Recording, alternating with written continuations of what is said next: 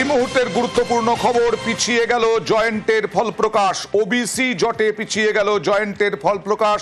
জটিল হলো আরও 10টি পরীক্ষার ফল প্রকাশ।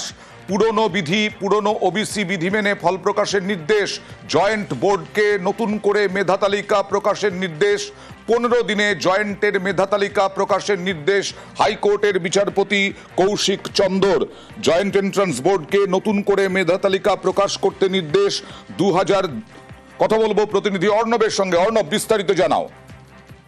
দেখো, কয়েকদিন আগে জয়েন্টের ফল প্রকাশ হয়েছিল। দীর্ঘদিন পর এই জয়েন্টের ফল প্রকাশ করার একটা চেষ্টা হয়েছিল, কিন্তু আজকে কলকাতা হাইকোর্ট বিচারপতি কৌশিক চন্দ্র তার কাছে দুটি মেল আইডিতে অভিযোগ আসে যে কলকাতা হাইকোর্টের বিচারপতি কৌশিক চন্দ্রের 21শে মের যে নির্দেশ, সেই নির্দেশকে সম্পূর্ণভাবে অমান্য করে রাজ্যের জয়েন্ট এন্ট্রান্স বোর্ড তারা ইচ্ছা মতো আদালতকে পুরাঙ্গুল দিকে তারা নিজেদের মতো করে মেধা তালিকা প্রকাশ করছে জয়েন্টের। এবং সেই ইমেল আইডি পাওয়ার পর আদালত স্বতঃপ্রণোদিত হয়ে হস্তক্ষেপ করে আজকে মামলা করে এবং সেটা আদালত অবমাননার মামলা হিসেবে আসে। সেখানে যে রাজ্যের উচ্চশিক্ষা দপ্তরের যিনি সচিব, তিনি সরাসরি এজলাসেই আজ উপস্থিত ছিলেন।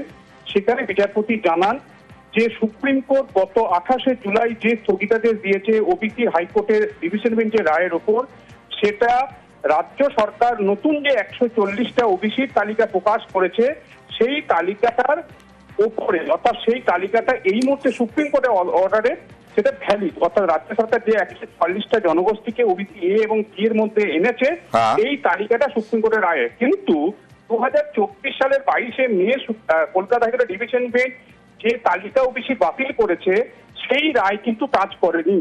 তাই এই মুহূর্তে যেহেতু পরীক্ষাটা জয়েন্টের হয়েছে 2024 সালের ডিসেম্বরে, যার প্রক্রিয়া শুরু হয়েছে, 2024 সালের একটা পরীক্ষা যার রেজাল্ট প্রকাশ হতে যাচ্ছে, সেই পরীক্ষায় 2025 সালের জুন মাসে যে সার্টিফিকেট পাচ্ছে ওবিসি এ বা ওবি, সেই সার্টিফিকেট কখনো কার্যকরী হতে পারে না। কারণ বাতিল হওয়া সার্টিফিকেটে এই 17% সংরক্ষণ নয়।